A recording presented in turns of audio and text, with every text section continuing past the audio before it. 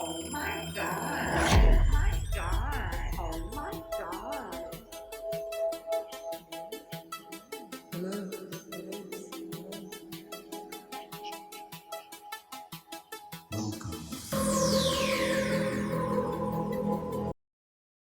Salut à toi, j'espère que tu vas bien. On se retrouve avec la suite de notre série de vidéos sur l'alimentation, sur la nutrition. Mais qui dit tout ça, dit tout le tube digestif. Et là, en l'occurrence aujourd'hui, on va parler des intestins. Et notamment, pour commencer cette série qui, à la base, je devais faire que d'un seul bloc. Mais après réflexion, ça m'a semblé être trop long. Trop de données, donc mon truc c'est pas de t'assommer avec plein de savoirs, de connaissances et avec lesquels tu ne feras rien, mais je pense que voilà, fragmenter ainsi comme je vais le faire, ça va être plus fructueux pour les deux parties.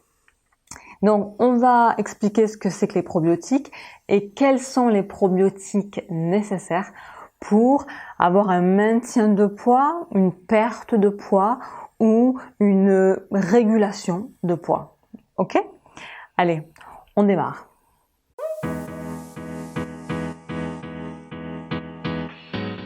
Les probiotiques, qu'est-ce que c'est? Ce sont des micro-organismes vivants qui sont dans le corps et qui peuvent être, certes, là nous allons parler du microbiote intestinal, donc des probiotiques qui vivent dans les intestins, mais il existe des microbiotes qui vivent au niveau de la peau, au niveau des poumons, au niveau génital et du nez, de la bouche et du pharynx. Donc le microbiote intestinal, appelé auparavant flore intestinale, c'est la même chose mais on est passé à un autre mot.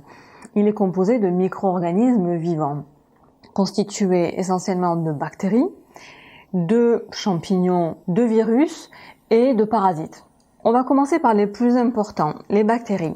Elles peuvent être bonnes ou mauvaises. Quand elles sont bonnes et bien équilibrées, ça constitue un bon microbiote. Si tant est que les champignons, ça va, si tant est que tu n'aies pas de virus et si tant est que tu n'aies pas de parasites. Donc, un virus, ça ne sert à rien physiologiquement. D'accord? Sauf que s'il y en a trop, ça forme des maladies gastro-entérites. Les parasites, il vaut mieux pas en avoir, voilà, tout simplement. Et les champignons, appelés levures aussi, sont formés de manière plus complexe que les bactéries. Les champignons sont moins nombreux que les bactéries. Et le champignon le plus connu, c'est le Candida albicans. Et normalement, tu dois avoir un faible taux dans la normale de champignons. Voilà. Si tu as trop de Candida albicans, ça va former une candidose, qu'elle soit donc au niveau intestinal, génital ou buccal. Mais là, ce qui nous concerne, c'est le microbiote intestinal aujourd'hui. Ok, on va essayer de concentrer tout ça. Pour les bactéries, il y en a des bonnes et il y en a des mauvaises. Les bonnes, donc, il y a une famille innombrable de bactéries. Les plus connues, ça fait partie de la famille des lactobacilles, des bifidobactéries et des entérocoques, entre autres. D'accord? Ça, c'est ce qu'on connaît le plus. Les bactéries, quand elles sont bien équilibrées, elles permettent de synthétiser deux nutriments essentiels à la cellule intestinale, qui sont le N-butyrate et la L-glutamine, dont je vous avais déjà parlé dans une vidéo. Je ferme cette parenthèse et je reviens au microbiote intestinal, qui est formé de 100 000 milliards de bactéries, c'est-à-dire 100 fois plus que toutes les cellules du corps entier. Ces bactéries intestinales, quand elles sont bien équilibrées, elles permettent de fabriquer des vitamines indispensables à une bonne santé grâce aux prébiotiques qu'on a apportés. Les prébiotiques, c'est la prochaine vidéo qui arrive après celle-ci. Ce sont des fibres végétales apportées par l'alimentation et on verra dans cette vidéo quels sont les aliments qui sont très très forts en fibres et qui sont de formidables prébiotiques. Donc, quand tout est équilibré, grâce aux prébiotiques, elle peut former des vitamines qui sont de la famille de la vitamine B, de la K2, des acides gras essentiels, des polyphénols grâce à cette fermentation des fibres végétales que l'on a ingérées par le biais de l'alimentation. Ce qui est important de comprendre, c'est que j'avais parlé des bonnes bactéries et des mauvaises bactéries. Effectivement, il y a deux types de flore bactérienne, les bonnes et les mauvaises, pour faire court. La première flore va être de fermentation, donc très très utile, très protectrice, et ça va amener des gaz intestinaux, donc en temps normal, c'est ainsi, mais quand il y en a trop de fermentation, ça va provoquer l'inverse, des problèmes digestifs, notamment des ballonnements, dus à peut-être une forme de candidose digestive. Et la seconde flore, qui n'est pas bonne du tout, c'est celle de la putréfaction. Elle provoque de la putréfaction. C'est dû essentiellement à une consommation trop excessive de viande, et ça va provoquer des substances toxiques dans les intestins et très malodorantes. Et entre parenthèses, il est vrai que quand on veut savoir si on va à la selle et que c'est normal, normalement une selle normale n'est pas du tout odorante. Mais ça, on fera une vidéo dans le continuum sur le chapitre des selles. Puisque je viens de parler de candidose, j'en ai parlé tout à l'heure avec les champignons, que quand on a trop de candida albicans, ça se transforme en candidose. Et le candidose, il faut savoir qu'il apparaît parce que le terrain est trop acide dû à une alimentation trop sucrée. Et les parasites intestinaux sont très problématiques, très pathologiques, qu'ils soient unicellulaires ou pluricellulaires, comme les vers par exemple. Il faudra vraiment soigner ceci. À savoir que 60 à 70% de nos cellules immunitaires se trouvent dans les intestins. Si bien qu'aujourd'hui, scientifiquement, les docteurs se penchent sur cette question et comprennent de plus en plus que ce qu'on prenait pour des organes insignifiants de rejet et de finition de digestion, on se rend compte que finalement, il est le second cerveau et même pour certains le premier cerveau, parce que il faut savoir qu'à la gestation, un enfant au sein de sa mère, eh bien, lors de la gestation, les premiers neurones apparaissaient dans les intestins. Effectivement, quand on parle de neurones, on sait qu'il y a 200 millions de neurones dans les intestins. Et maintenant, on comprend que toutes les maladies chroniques, que ce soit du diabète, que ce soit des maladies auto-immunes, que ce soit Parkinson, que ce soit Alzheimer, eh bien, tout cela, les causes viennent des intestins. Et même certains disent que à 90% les troubles mentaux viendraient des intestins. On sait aujourd'hui qu'il y a des bactéries qui ont un rôle, qui jouent sur notre état émotionnel, le sommeil, sur le stress, sur la satiété. Si par exemple je prends la sérotonine, qui est l'hormone du bien-être, de la bonne humeur, de la détente, elle est produite majoritairement, ça je vous l'avais déjà dit, soit je crois dans que la force mentale soit avec toi, soit à voir comment mieux dormir. La sérotonine est produite de manière majoritaire dans les intestins et le reste dans le cerveau. Il faut de la sérotonine. Pour avoir de la sérotonine, il faut manger des aliments, je vous avais dit, riches en vitamine B3 et en L-tryptophane. Grâce à cette sérotonine que l'on a eue grâce aux aliments, parce qu'on n'arrive pas à la synthétiser sans ça, on a une sécrétion de la glande pinéale, de la mélatonine qui nous permet d'avoir un bon sommeil. Mais cette sérotonine vient majoritairement des intestins. Donc tu te rends bien compte que si tes intestins, il n'y a pas les bonnes bactéries.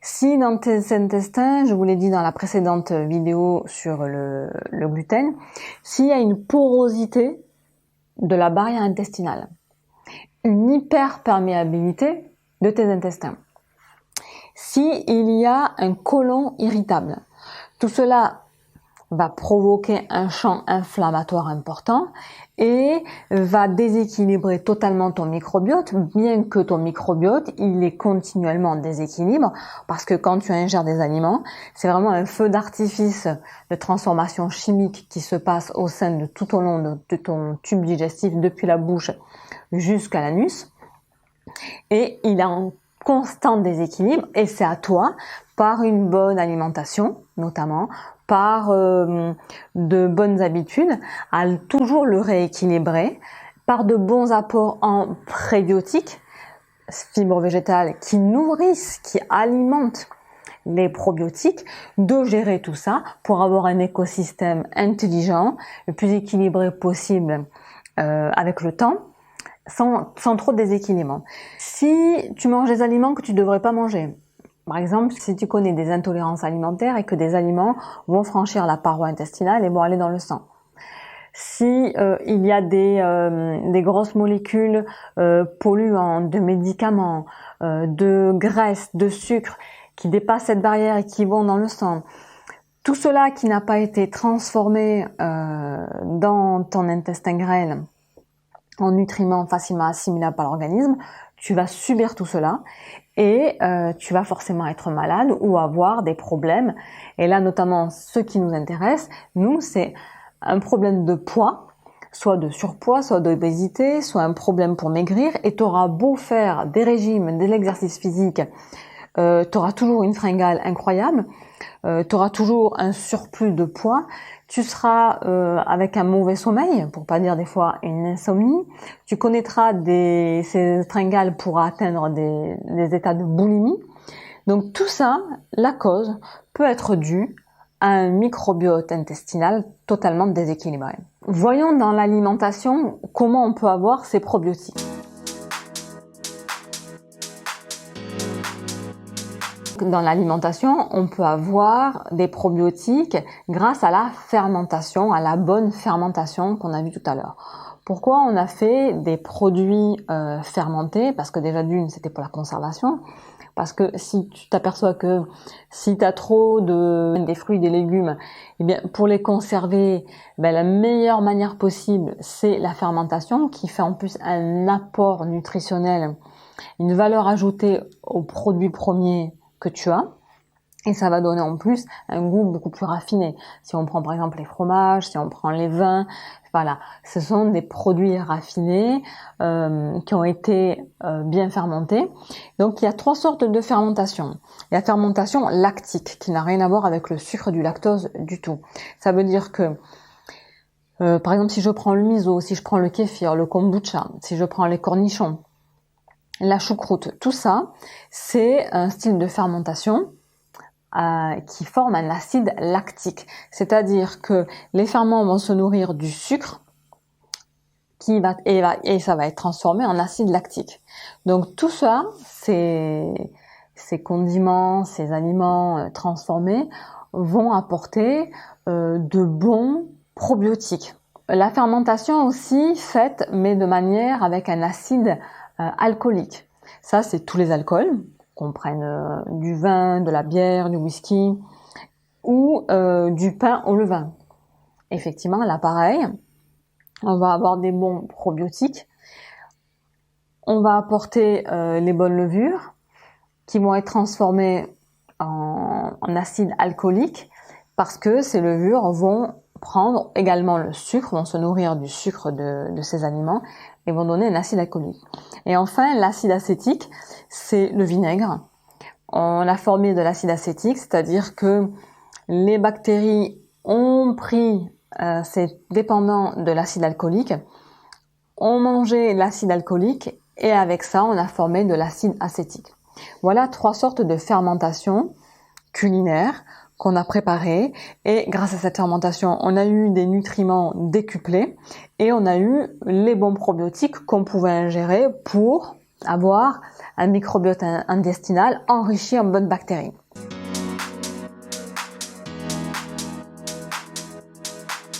Je continue juste. Si tu as un doute, tu sens pas très bien au niveau des intestins, au niveau de ton système digestif. Peut-être qu'effectivement, c'est un problème de microbiote. Pour restaurer une flore intestinale, le parcours est le suivant. Pendant 10 jours, tu vas prendre du charbon actif ou du charbon végétal à raison de 2 cuillères à café. Le matin à jeun, 30 minutes avant ton petit-déj, 1 cuillère à café dans de l'eau tiède que tu bois. Et soit en fin de matinée, soit en fin d'après-midi, soit à 11h du matin, soit à 17h, tu reprends ce verre d'eau tiède avec ta cuillère à café de charbon végétal ou de charbon actif.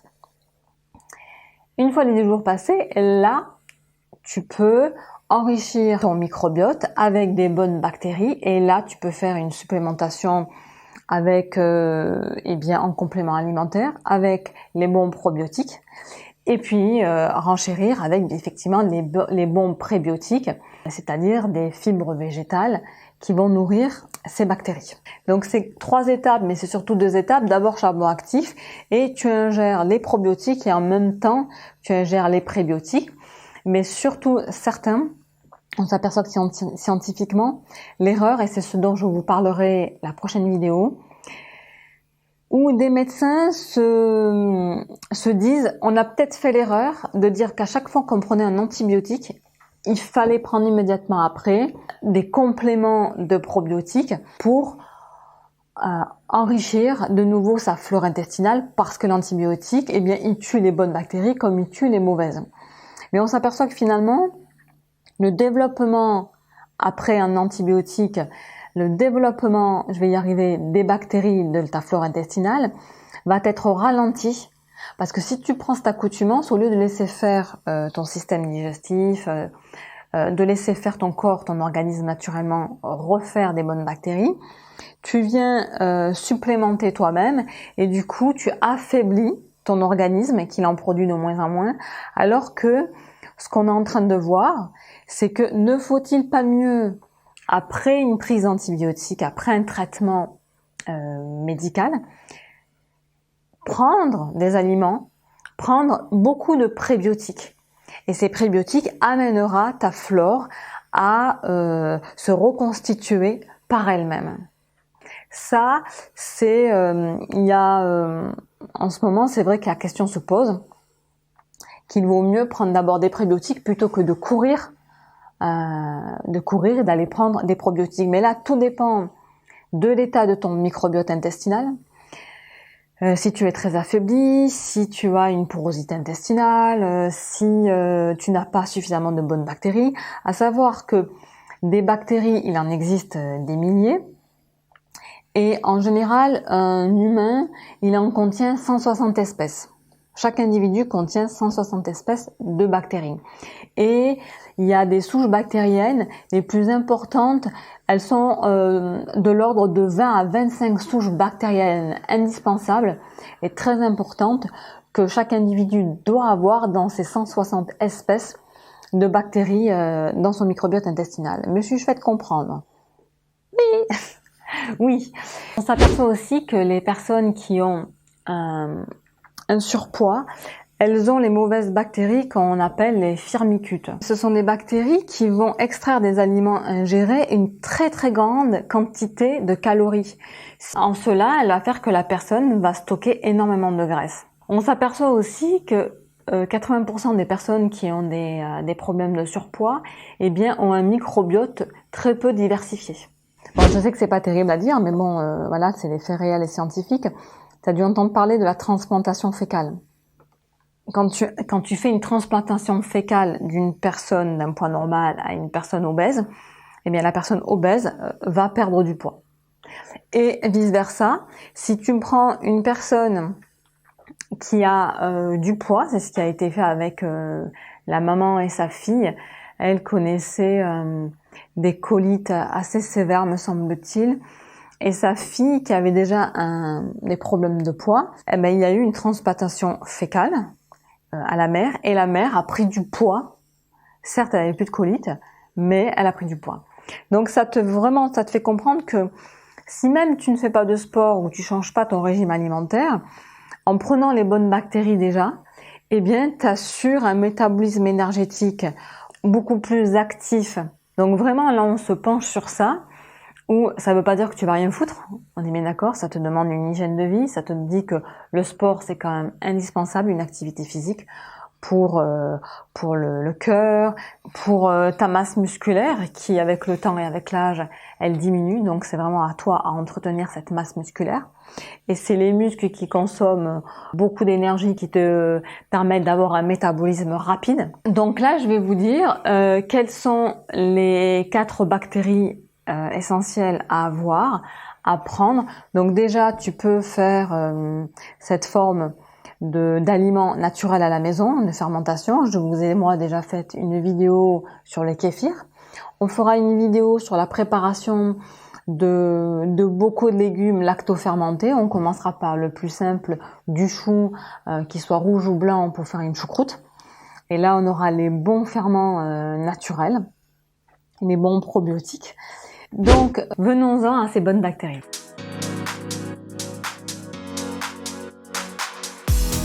À savoir, ces bactéries que je vais vous dire. Il y en a 2 de la famille des lactobacilles et 2 de la famille des bifidobactéries. Donc, le premier des lactobacilles, c'est le Lactobacillus rhamnosus. Lui, il permet d'avoir une perte de poids. Il multiplie par 2 la perte de poids. Tout cela a été fait scientifiquement. On a pris des personnes, on a testé et effectivement, il s'est avéré que celui-là était vraiment efficace pour la perte de poids. Le Lactobacillus gasseri, lui, il permet une fonte graisseuse au niveau de la sangle abdominale, donc du ventre, de la taille, des hanches. Et il permet vraiment de diminuer cette zone-là. D'accord? Cette masse graisseuse dans ces zones-là. Et ce qui fait aussi ce gasseri, Lactobacillus gasseri, c'est qu'il permet d'aider à la sécrétion du mucus qui va se mettre sur la paroi intestinale pour que la muqueuse soit beaucoup plus étanche. Donc cela évitera un état inflammatoire parce que si il y a des éléments qui vont dans la circulation sanguine et qui sont assez nocifs et non transformés, tout cela provoque des intolérances alimentaires, beaucoup d'inflammation, des maladies chroniques, etc. On passe maintenant au Bifidobacterium lactis. Lui, il a des propriétés anti-inflammatoires. Il permet de brûler les graisses et de maintenir un équilibre glycémique. Et le Bifidobacterium brevet, alors moi je dis brevet, je pense au brevet ou je vous l'écris. Alors lui, il permet aussi de diminuer la graisse viscérale abdominale et il limite aussi l'absorption des graisses. Voilà, je vous ai dit scientifiquement ces 4 souches bactériennes qui doivent être présentes dans le microbiote. Bien sûr, c'est pas que ces 4, il faut renchérir un maximum avec, si tu peux, une dizaine, une vingtaine d'autres souches bactériennes. Il y a des familles de souches bactériennes qui permettent vraiment le bon fonctionnement du système immunitaire. Si je te dis le Bifidobacterium animalis, ainsi que les Lactobacillus bulgaricus et johnsonii, ça c'est vraiment pour aider au bon fonctionnement du système immunitaire. Voilà, il y en a plein d'autres à avoir, mais là je t'ai dit les 4 à avoir pour réduire la graisse au niveau de la sangle abdominale, pour aider à la perte de poids, pour pouvoir permettre avec le gasseri de former du mucus, pour protéger et rendre étanche ta muqueuse intestinale. Voilà, là je vous ai dit les 4 qui me semblaient assez importants.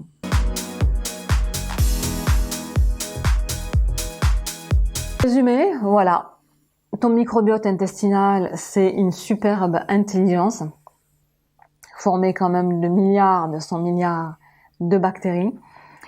D'avoir les bonnes, de rééquilibrer constamment, c'est à toi de voir et à te connaître, parce qu'il est toujours en déséquilibre.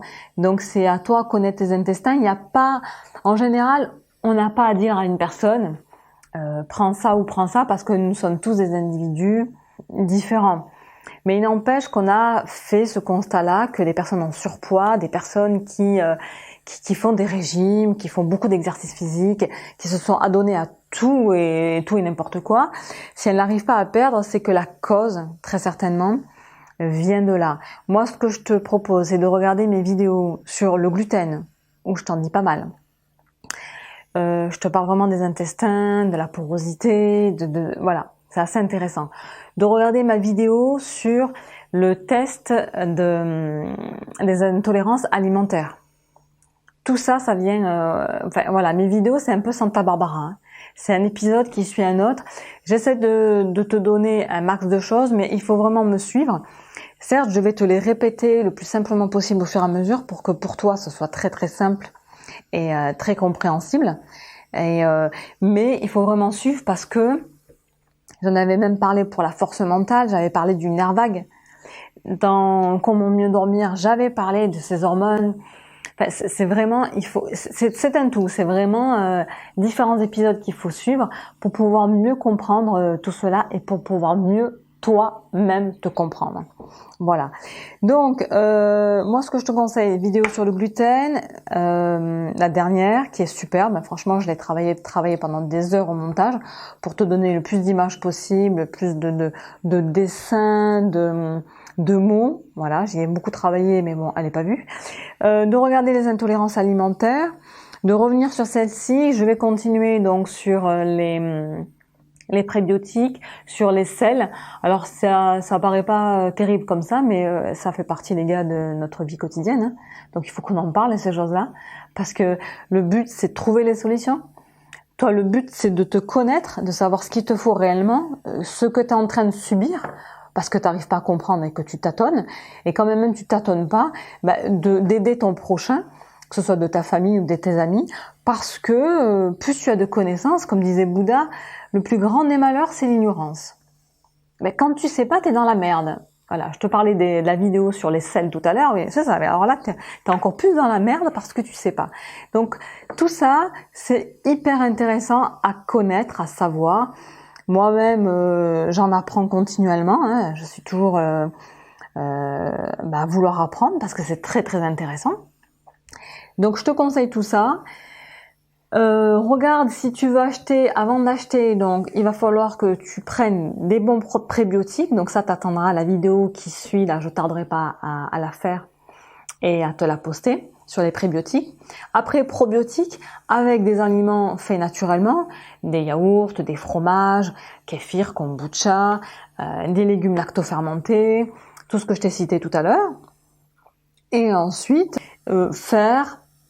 si t'as pas le bon microbiote, eh bien acheter ces probiotiques en pharmacie ou en magasin bio, des Biocoop, pour faire cette supplémentation à raison de 3 mois minimum.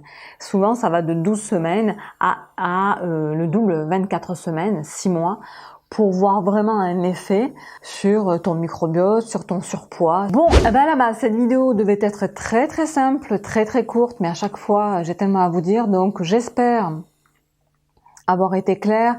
Bien sûr que je ne dis pas tout, c'est au fur et à mesure, je vous ai dit, hein, c'est mieux que Santa Barbara, mes vidéos, elles se suivent les unes après les autres, elles se complètent, et je vous l'ai dit, ma chaîne est didactique, elle est pédagogique, et voilà, et donc je peux pas tout vous donner comme ça, c'est au fur et à mesure que je complète. Là, il y avait encore beaucoup de choses à dire, donc voilà, je tâche de faire court. Par exemple, il me vient un truc, là, j'ai oublié, dans le microbiote intestinal, quand il est parfaitement équilibré, il permet de faire des antibiotiques naturels, tels que les bactériocines, et qui permettent de renforcer le système immunitaire, c'est-à-dire en éliminant ou en ne laissant pas entrer les bactéries pathogènes, nocives. Vous voyez, je vous l'ai pas dit tout à l'heure. Mais je suis obligée, les gars, de faire une sélection, sinon, voilà, c'est trop long, et à force de faire trop, d'en dire trop, il n'y a plus rien. Donc il faut vraiment que tu prennes juste ce qu'il faut, tu les notes, et au moins que ce soit utile, parce que je vois que trop d'infos tue l'info aussi. Dis-moi ce que t'en penses, voilà. Je te remercie d'avoir regardé cette vidéo. On se dit à bientôt pour les prébiotiques. Prends soin de toi, et je te souhaite le meilleur.